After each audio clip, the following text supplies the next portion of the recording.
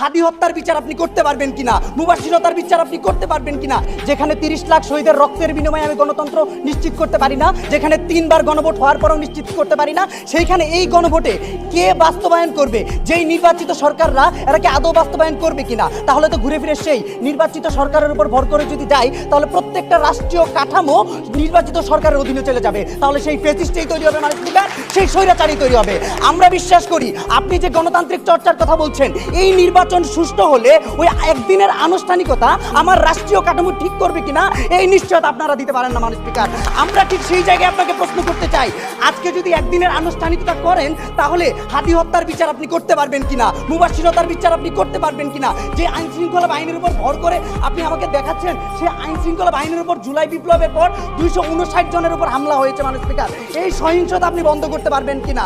মানুষ স্পিকার, সেই জায়গায় গত 7 মাসে মানুষ স্পিকার জুলাই জানুয়ারি গণপিটুনিতে 79 জন মানুষজন আহত হয়েছে। এই জিনিসগুলো আপনি একদিনের আনুষ্ঠানিকতার পর বন্ধ করতে পারবেন কিনা?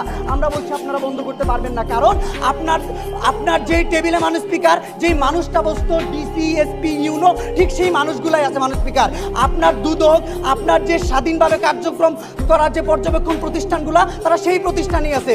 দিন শেষে যে নির্বাচিত সরকার হবে তার অধীনে কাজ করবে, আবার ফ্যাসিস্ট তৈরি হবে। মানুষ স্পিকার, ঠিক যেই জায়গায় আমরা বলতে চাই, এই গণতান্ত্রিক চর্চা করে আপনি দেশে গণতন্ত্র আনতে পারবেন না। মানুষ স্পিকার, দেখেন, এই যে 14 সালে আমরা বিনা ভোটের নির্বাচন দিয়েছি, ওই দিনে যদি সুষ্ঠু নির্বাচন করতেন, ওইখানে আওয়ামী লীগ ছাড়া আপনি কাউকে পেতেন না, কারণ বিএনপিকে অঙ্কুরে তারা ধ্বংস করে রেখেছে। এই যে একটা দল অঙ্কুরে ধ্বংস করতে পারবে না, এই নিশ্চয়তা দেওয়া হচ্ছে আপনার প্রতিষ্ঠানের কাজ। যখন প্রতিষ্ঠান এই সহায়তাটা করে না, তখন আপনি একদিনের আনুষ্ঠানিকতা দিয়ে কখনই গণতন্ত্র নিশ্চিত করতে পারবেন না। আমরা দেখেছি মানুষ স্পিকার, গাজীপুরে একজন সাংবাদিককে খুন করা হয়েছে শুধুমাত্র মত প্রকাশের জন্য। এই যে আমাদের মত প্রকাশের স্বাধীনতা নাই, একদিনের আনুষ্ঠানিকতা আমাদের মত প্রকাশ নিশ্চিত করতে পারবে কিনা, এটাও প্রশ্ন রয়ে যায়। আপনাদের দেশে যে দুদক আছে, সেই দুদকও দুর্নীতিযুক্ত, বিচার বিভাগ প্রভাবযুক্ত। মানুষ স্পিকার, এই প্রতিষ্ঠানগুলো যদি স্বাধীন হতো,